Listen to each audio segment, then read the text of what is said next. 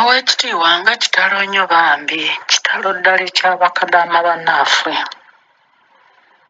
Kibi nnyo ddala. Mukama ayogere n'abeefamire zaabwe bambi.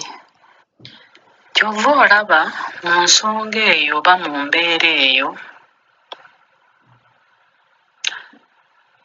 bakadaama ffenna twetaaga okumanya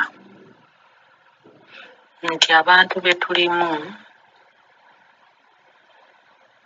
balina obulungi bwonna ate balina n'obubi bwonna, sayidi zombi. Eno gye tukolera n'ewaka gye twava. Kyova olaba nti nze ondaba, nze siwuulira muntu nga ngenda kutambula. Oba nva Uganda nzija eno, oba nva eno nzira Uganda. Sirina bwe nkigamba. Taliiyo ate talibeerayo. Kubanga for security purpose kiyamba. Nze ebbanga lye nkoledde oba ebbanga lye mbaddewo, ndabye ebintu bingi. So nno waliyo n'abaana abafiira eyo mazima ne tutamanya oba mmwe ne mutamanya. Ekyo kikkirize oba kigaane. Ate abo be basinga obungi. Abamu batwalibwa ne baziikibwa mu ddungu, abamu ne bataziikibwa. Abamu babakasukira bisolo nga balamu ne bibalya nga balaba nga balajjana paka lwe bibamalawo. Abamu ne bamutema ne bamutta, kawungeezi ne bateeka mu kiveera ne bafulumya ne bakasuka kasasiro oba ne batwala yoona yoona mu mpuku gye baba bagadde. So bakadaama twesabire nnyo nnyo nnyo. Ate tuyige n'okusirikako. Nze simanyi. Nze mwami Kadaama TV Oweekitiibwa nkuwulire, nze mukyala tayagala kwemulisa. Oba nina ssente oba sirina, si kyangu muntu kummanya. Si lwakuba nti oba saagaliza, si lwakuba nti oba nina mutima mubi, si lwakuba nti oba ndi mukodo, nedda.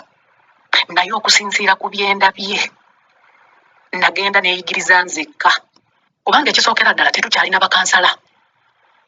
Nti wabeerewo ono nti kojjaawo oba sengaawo akukansolinga ebyaddala tebikyaliyo. Buli kimu abantu bajupula kicupule. Olaba ne basenga kati bagula nti ono senga wange ow'ensonga. Omuntu n'agula buguzi omuntu gw'atamanyi, gw'atakebedde mutima gwe kumanya nti ddala senga ono anjagaliza obufumbo buno. Okiwulira? Kaakati wetudda ku sayidi yaffe bakadaama, nze buli omu yenna amwagaliza. Yes, eno waliyo okufa ate waliyo n'obulamu. E Uganda waliyo okufa waliyo n'obulamu. Ffe abalina okwebeereramu nga we twesize Katonda waffe. Abantu bano mulimu abalungi n'osanga oli nga mulungi ddala, naye ababi be bangi. N'ekyokubiri, omuntu ono ne w'omusanga nga mulungi nnyo nnyo nnyo nnyo, ssaawa ey'okudda ewaka n'akikakasa nti abadde akyakwagala, ogenda togenda kudda, ekintu ekyo kibayisa bubi nnyo nnyo nnyo. Waliwo omukyala yali addayo, naye okuddayo kwe yali afunye olubuto mu mwana omulenzi. Kamera z'abaloopa baakikolanga. We baamutwala mu ddwaliro ne babagamba nti ali lubuto. Omukyala n'awuuza nti olubuto lwani, nti lwa mutabanyi wo. Omukyala n'azza omukozi oyo ewaka, we yamuze ewaka teyamukuba, teyakola ki.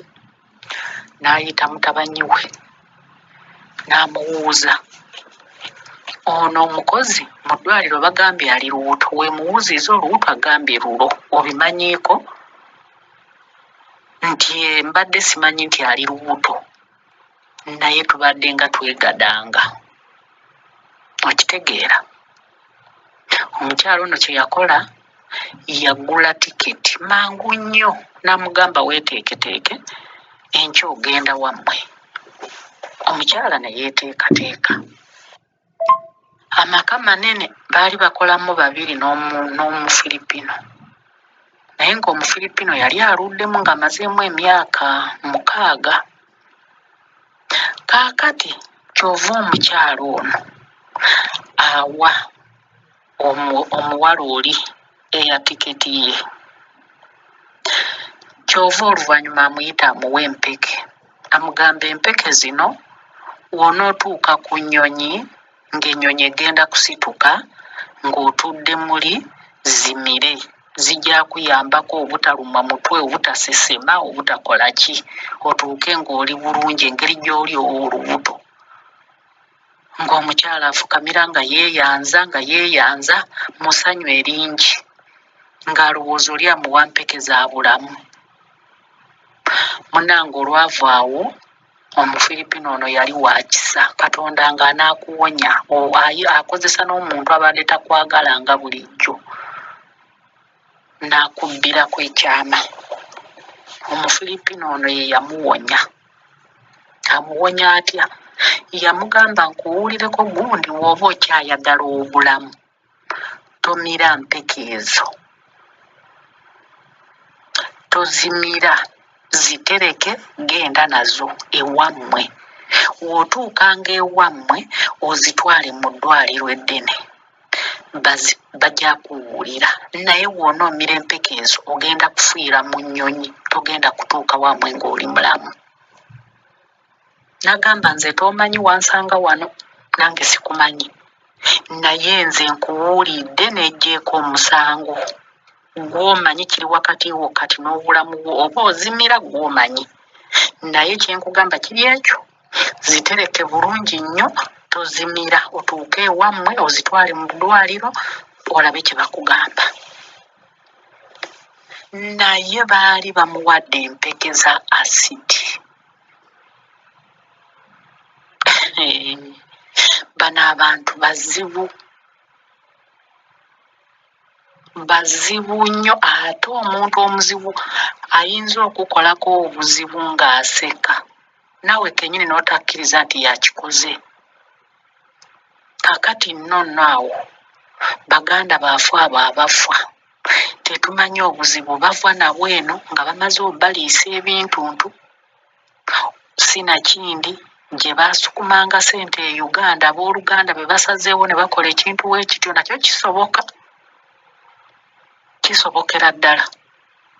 Sinakindi omuntu n'afuna nga yafuna puresha mu nnyumba, kati watuuka ewaka essanyu eringi lino, omanyi n'essanyu eringi era puresha akutta. So kati Katonda y'asinga okumanya, kubanga abafu abo tebakyayogera nti banaasituka batugambe nti munange nze nafudde kino banafudde kino.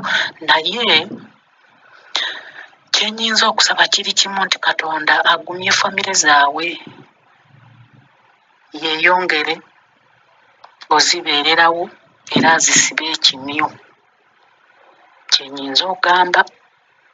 Naye nga mwami Kadaama TV bakadaama tulina kwebeerera mu sayidi zombi, eno gye tukolera n'ewaka ab'eŋŋanda be tusukumira ssente, n'okwemulisa ng'oddayo, kuba kasita oyogera nti nkomawo wiiki eno oba olunaku weeruti, gwe wateresa ssente zo oba weeziri oba teziriiwo, agamba oke ono akomawo, lwaki simusuula eddalu, ye lwaki simusuula mu akisidenti, lwaki simupangira abayaaye ne bamutuga. Okitegeera? Kati ekyo kiri gy'oli gwe okwebeereramu, n'oboodinga puleyini yo n'otambula n'otuuka ewaka n'obeerako w'osirikira bejjwi, n'osirika si mu bubi naye n'osirika mu bulungi, n'osooka weetegereza ensi okiwulira. So twebeereremu nga we twesize ne Katonda waffe otuwaanirira. Kyekyo mwami Kadaama TV naye nga kitalo nnyo, kitalo ddala.